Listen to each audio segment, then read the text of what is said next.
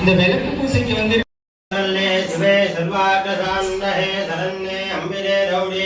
நாராயணே நமஸ்தே வந்தனே தேவதா பிரம்மஹ யதவராணம்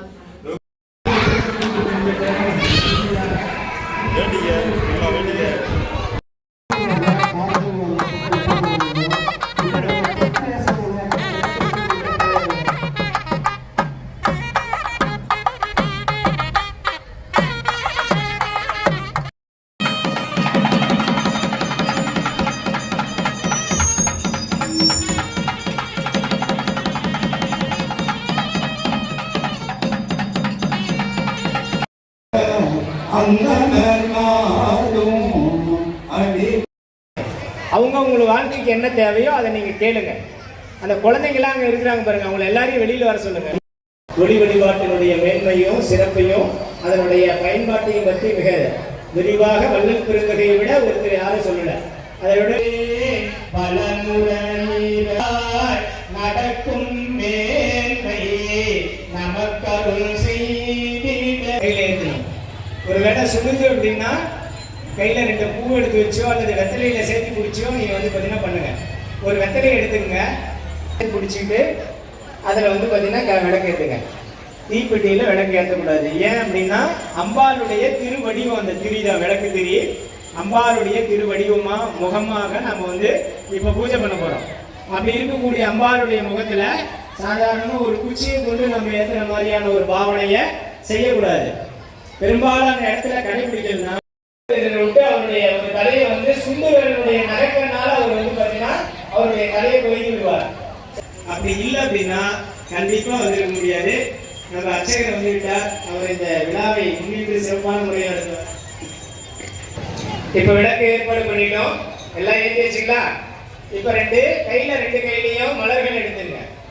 மலர்கள் எடுத்துக்கிட்டு ஆதியும் மந்தமும் இல்லாத நம்மளுடைய விளக்கு இருக்குது, அதுதான் உருவம். அதுல எந்த இடத்துல இருப்பாங்க அப்படின்னா, நீங்க ஏற்றி வச்சிருக்கிறீங்களா திரி போட்டு எண்ணெய் ஊற்றி அந்த ஒரு திரியில எரிஞ்சிட்டு இருக்கீங்களா, அந்த ஒளியை இடமாக கொண்டு அவங்க வந்து உட்கார்ந்துட்டு விளங்கக்கூடிய வகையில் அமைக்கப்பட்டு இருக்கக்கூடிய திருவிளக்கு. இனிய மலரே அண்டர் உணர்வுக்கு எட்டா தேனே கண்டவர்கள் அள்ளிக்கொள்ளும் பேரழகு வருக வருகவே. விளக்கனுடைய பாதத்தில் எழுந்தருள்க அமர்ந்தருள்க நின்றல்க ஈடுதொத்தருள்க பேருடைய இசை காத்தருள்க திருச்சுடல்க மீன் குறிகின்றல்க மூவலை சூழ குறிகின்றல்க தாமரை மன குறிகின்றல்க பசுவின் பால் மணி குறிகின்றல்க ஆளிலை குறிகின்றல்க ஓம். இப்ப மணி எடுத்துங்க, பஞ்சபாத்திரத்தை எடுத்து 3 முறை தண்ணி விடுங்க நம்மளுடைய பாதத்துல. ஓம் திருவடி நீரேற்றல்க உட்கொள்ள நேரத்தல்க உச்சி குளிர்ந்து அருள்க ஓம் பெரும்புடர். இப்ப ஊதுபத்தி எடுத்து காட்டுங்க. ஊதுபத்தி எடுத்து மேல அந்த விளக்கினுடைய இதுல வந்து முன்னாடி மேல இருந்து கீழே வரைக்கும் காட்டணும். தலையை சுத்தி காட்டக்கூடாது. முன்னாடி இருக்கக்கூடிய ஒளி வடிவத்துல மட்டும் கையை வச்சு அப்படியே எடுத்து காட்டணும். குழந்தைய ஊட்டுற மாதிரி சோறு ஊட்டுற மாதிரி இதெல்லாம் பாவனை. கோயிலுக்கு வந்தா அர்ச்சகர் என்ன பண்றாங்க முழுமையாக கிடைக்கப்பெறும். ஆகையினா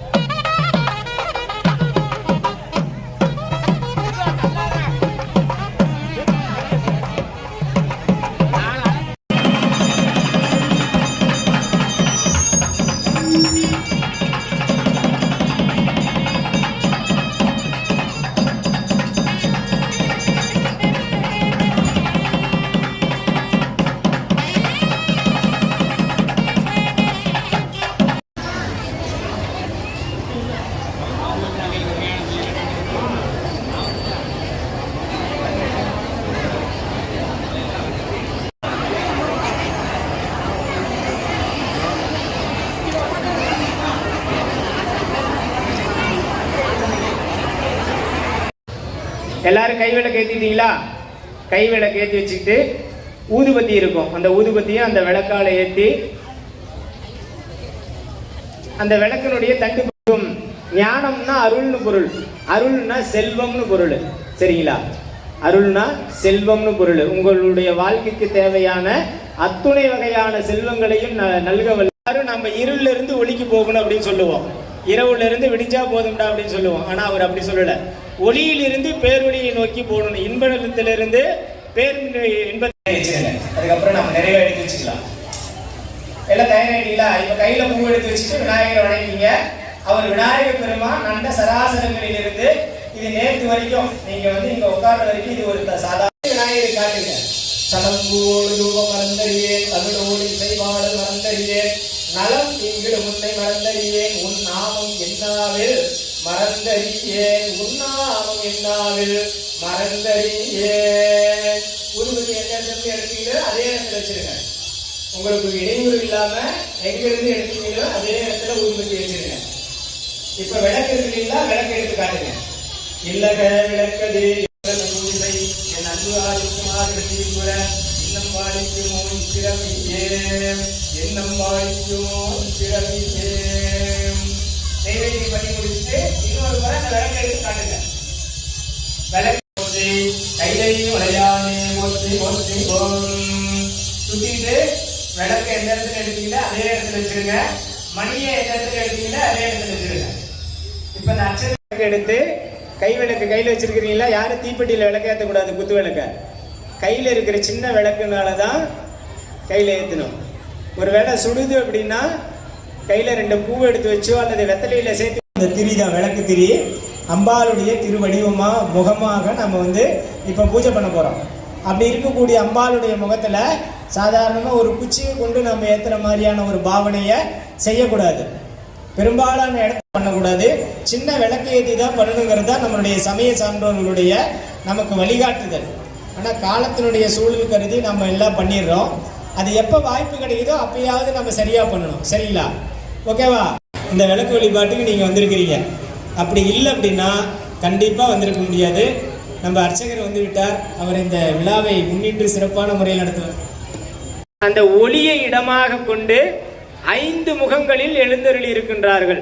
அந்த 5 முகங்கள் ஈசானம், தத்புருடம், அகோரம், வாமதேவம், சத்யோஜாதம் அப்படின்னு 5 முகம் இருக்குது. இறைவனுக்கு 6 முகம்னு சொன்னோம் இல்லைங்களா? அது அகோர முகம்னு சொல்லிட்டு அதோ முகம் அப்படின்னு 6வது முகம். அது மேல வானத்தை நோக்கி.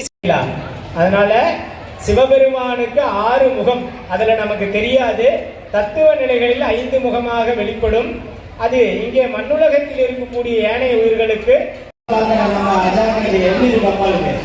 அதனால ரொம்ப அன்பா செய்யுங்க. அவருடைய அன்பு அருள் அபரிமிதமாக உங்களுக்கு கிடைக்கப்படும். ஆகவே இப்பொழுது அந்த உணர்வுக்கு எட்டாத்தேனே கண்டவர்கள் அள்ளிக்கொடும் பேரழகு வளரவே கனவு